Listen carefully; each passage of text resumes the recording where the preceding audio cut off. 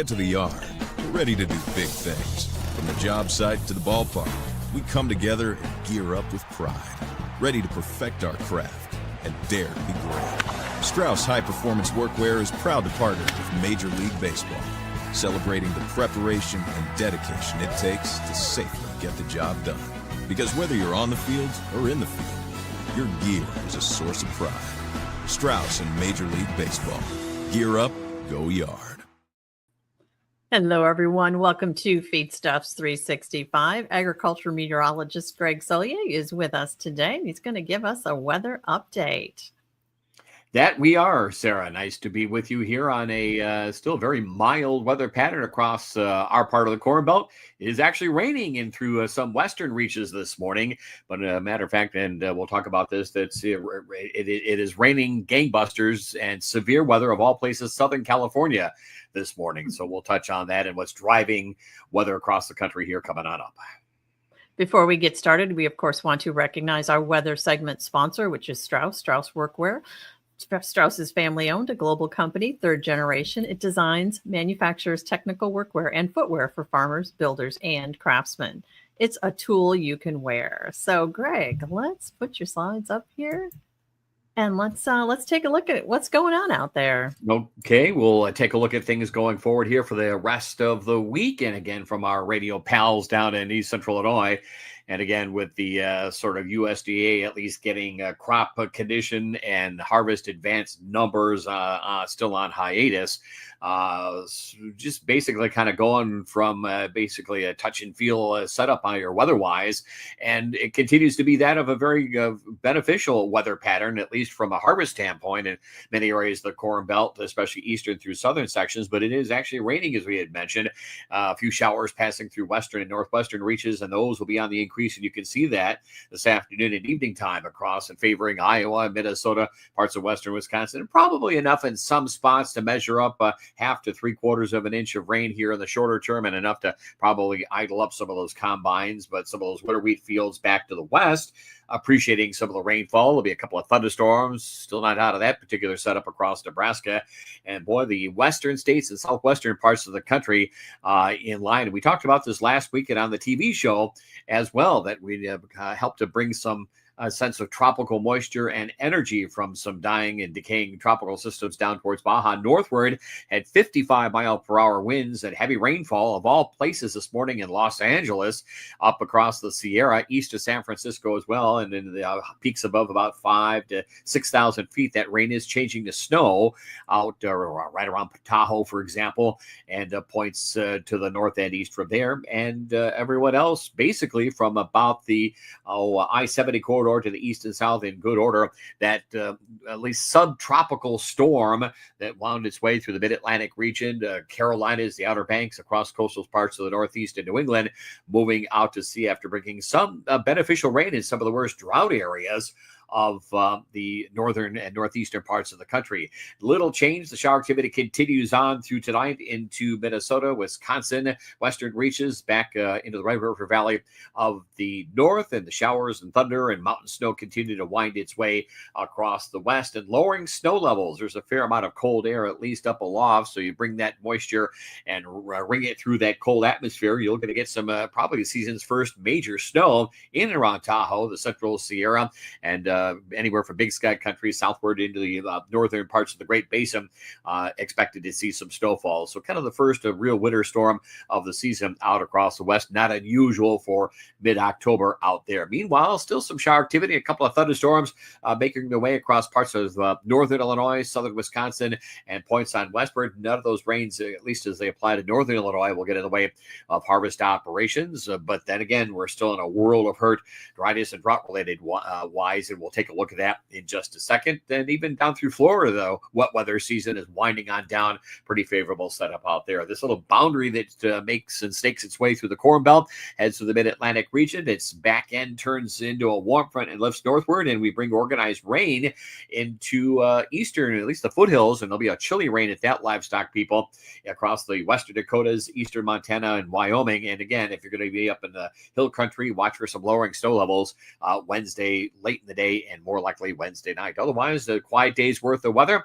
Combines still are rolling and probably making some very good pace and just finding a place to store all this stuff here going forward. But in any event, pretty quiet setup across the southern and eastern plains, much of the Corn Belt into the Northeast and New England. And the rains do pick up in two areas. We'll take a look at where the second area materializes. But first of all, across the southern Canadian prairie, parts of Montana, the Dakotas, upper Midwest. And so some of those drier patches will get some organized rainfall and a rain snow mix from Denver back westward in through Divine Country. Quiet otherwise over the roughly southeastern half of the country. The next 48 hours, you can see the organization to rainfall at 1/4 to 1/2 in some spots to 3/4 of an inch just west of the Twins to the Red River, down to just about or north of about the I-80 corridor through the Hawkeye State, and will begin to pick up into some of the drier reaches of the central and southern plains. Some of those newly sown winter wheat fields or emerged winter wheat fields will begin to get some rainfall across Kansas and Oklahoma and back in through New Mexico. Wouldn't be surprised with folks maybe in the plains and southwestern Corn Belt the next probably couple of 2 or 3 days may see perhaps a couple of severe storms get going, along with some pretty significant rainfall as well. But otherwise, we're in great shape over the eastern and southern Corn Belt, points on southward. No real severe weather for now, but I think Thursday to Friday, there may be at least a slight risk for something trying to get going into parts of Kansas, Missouri, and Iowa and the mid-Mississippi Valley. Get the right dynamics no matter the time of year, can still serve up some of that severe weather stuff. The tropics still busy, still active, but kind of winding down into what's going to turn out to be kind of a busted and blown hurricane forecast as it applies to the Atlantic Basin. Pacific Basin probably much more active than anyone had let on to. And we still think it's finally winding down, but it's, and while the feds say it has, we think we're still on the back end of the next couple of 2 or 3 weeks of El Nino finally moving into a neutral state. And at that point, late in the month of October, November, weather becomes a little more active, but still manageable from a livestock movement, feed supply standpoint, harvest and all that across the plains and Corn Belt. But still one weather system in the tropical Atlantic Basin, Lorenzo, no need to worry about it, going to turn out to sea. And so once that quiets down, we should get a little more progression to weather systems and maybe some more ups and downs and hopefully start the recharge process, but not get in the way and have any last season harvest across parts of the plains and Corn Belt locales. The Pacific, still one more system down off of Central America. That feature is well expected to track west-northwest. It probably becomes a moisture player in about 10 days to 2 weeks for parts of the southwest, southern plains, and points on northward from there. But again, ought to be winding down. We're certainly well past the peak season in both the Pacific and Atlantic Basin. One interesting note, and we'll talk about that when we get into the upper air charts here going forward. We're actually going to get some tropical energy off the western and northwestern Pacific. Out there, they call those systems typhoons, and there's going to actually be some remnant piece of energy that's going to develop a pretty dynamic storm of the Gulf of Alaska, and it lands into the Pacific Northwest. We'll take a look at that in just a second. No real cold air in sight. A chilly rain on the backs of outdoor workers and livestock across the Dakotas and points westward, but look at the Midwest into the central and southern plains, 60s and 70s, still well above average. We'll be looking at readings spiking by Friday into the 70s and some probably lower 80s still capable into parts of the Midwest and Western Corn Belt locales with temperatures a bit below average along the foothills and high plains and points on westward from there. And the mild weather pattern continues into Monday of next week across the plains and Corn Belt. Pretty good mix of 60s, 70s, and a few low to mid 80s with areas to the west and across the mid-Atlantic region a little bit below average. Still with this very fast jet stream pattern, and despite its waviness or this kind of up and down meridional flow is what we call it in the weather business. And anytime you get those big ridges and troughs, deep troughs across the North American continent, weather pattern tends to be a little more active. And so with that in mind, at least there's no Arctic air seen anytime soon, kind of lining up very nicely from what we've talked about here on our longer range outlooks and on this week in agribusiness. So there is the upper air charts. And you can see a system making its way into the Pacific West, and then by Friday to Saturday across the plains, and Sunday into Monday across the Midwest into the Northeast of New England, and another wavy system making its way out of the western states into the plains too between Tuesday and Wednesday next week. So that keeps cold air at bay, a little better frequency of moisture, nothing out of control. These systems are moving along. They're not stalling out. They're not closing off or separating from the upper air wind pattern. So a little more seasonal moisture gain. And of course, considering dryness and drought, we need the rain. But again, timed out with the last or at least midpoint in harvest, which I think, at least based on our reports and our contacts, making well above average and well ahead of the 5-year averages on getting stuff into the bin if you can find a location to store that grain. Anyway, Friday to Saturday to Sunday, system makes its way across the west into the plains and heads through the Corn Belt locales. Pretty good covering of showers. Be a couple of thunderstorms as well for parts of the southwestern and southern Corn Belt, eastern plains.